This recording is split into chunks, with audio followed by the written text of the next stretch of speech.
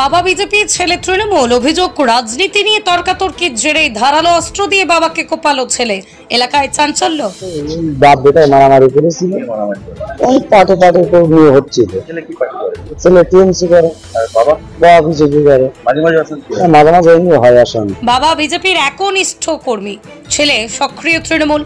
একই পরিবারের দুই সদস্য দুটি পৃথক রাজনৈতিক দলের সঙ্গে যুক্ত থাকায় দুজনের মধ্যে মাঝে মধ্যে অশান্তি লেগেই থাকে। বৃহস্পতিবার রাতেই ফের বাবা ছেলের মধ্যেই রাজনৈতিক তর্ক বিতর্ক চরমে পৌঁছেছিল। অভিযোগ, সেই সময় বাবাকে প্রথম ইট দিয়ে তারপর ধারালো অস্ত্র দিয়ে কোপ মারে ছেলে। ঘটনাটি ঘটেছে বাগদা থানার ঘাটপাতেলা এলাকায়।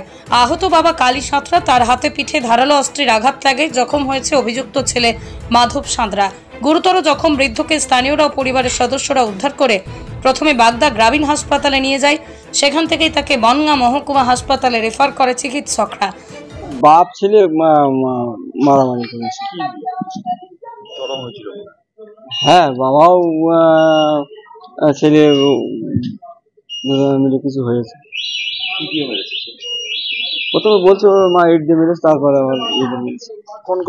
ফোন করার পরে জানতে পারলাম কালী সপ্তাহকে তার ছেলে কুপিয়েছে। সেখান থেকে ওখান থেকে ওরা আমাকে ধরে আমাকে নিয়ে আসলো। আমি বাগদা হসপিটালে গেলাম, ওখান থেকে থানায় একটু গেলাম, তারপরে বনগাঁ হসপিটালে নিয়ে এসছি। গন্ডগোলটা ওদের পারিবারিক সামান্য একটু ইয়েও আছে, রাজনীতির কারণে খানিকটা ছেলে টিএমসি করে, বাবা বিজেপি করে, সেই হিসাবে গন্ডগোলটা বেশি রকম উস্কানিমূলক গন্ডগোলটা হচ্ছে।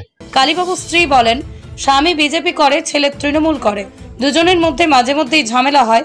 আজ রাতে দুজনের মধ্যে ঝামেলা হচ্ছিল, সেই সময় ছেলে ওর বাবাকে প্রথমে ইট দিয়ে আঘাত করে, পরে ধারালো অস্ত্র দিয়ে কোপায়। এই ঘটনায় চাঞ্চল্য ছড়িয়েছে এলাকায়। পুলিশ ঘটনার তদন্ত শুরু করেছে।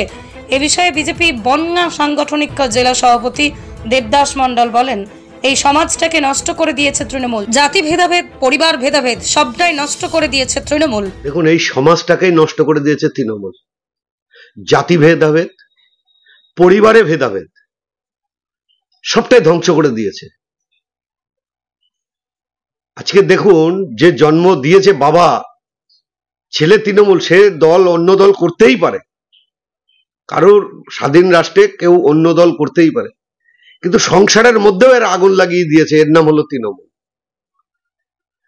যে তার মাথায়, সন্তানের মাথায় এমন বিষ ঢুকিয়ে দিয়েছে যে বাবা, ও বাবার চোখে দেখেনি, ও বিজেপি চোখে দেখেছে, তাই ও কুপিয়েছে। বাবার চোখে দেখলে এটা হতো না, কারণ এর নামই তৃণমূল।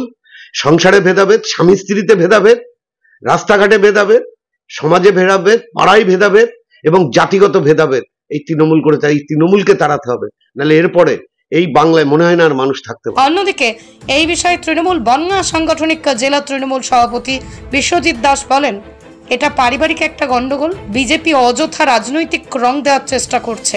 ইতিমধ্যে এই ঘটনার তদন্ত শুরু করেছে বাগদা থানার পুলিশ। এটা পারিবারিক একটা গন্ডগোল, অযথা রাজনৈতিক রং নেবার চেষ্টা করছে। কেননা এবারে উপনির্বাচনে বিজেপি ধরাশায়ী হয়েছে, ওদের প্রায় জামানত বাজেয়াপ্ত হওয়ার মতন বুঝতে পারছে আগামী দিনে আর বাগদার মানুষ বিজেপিকে ভোট দেবে না, মহকুমা থেকেই ওদের ধস নামবে।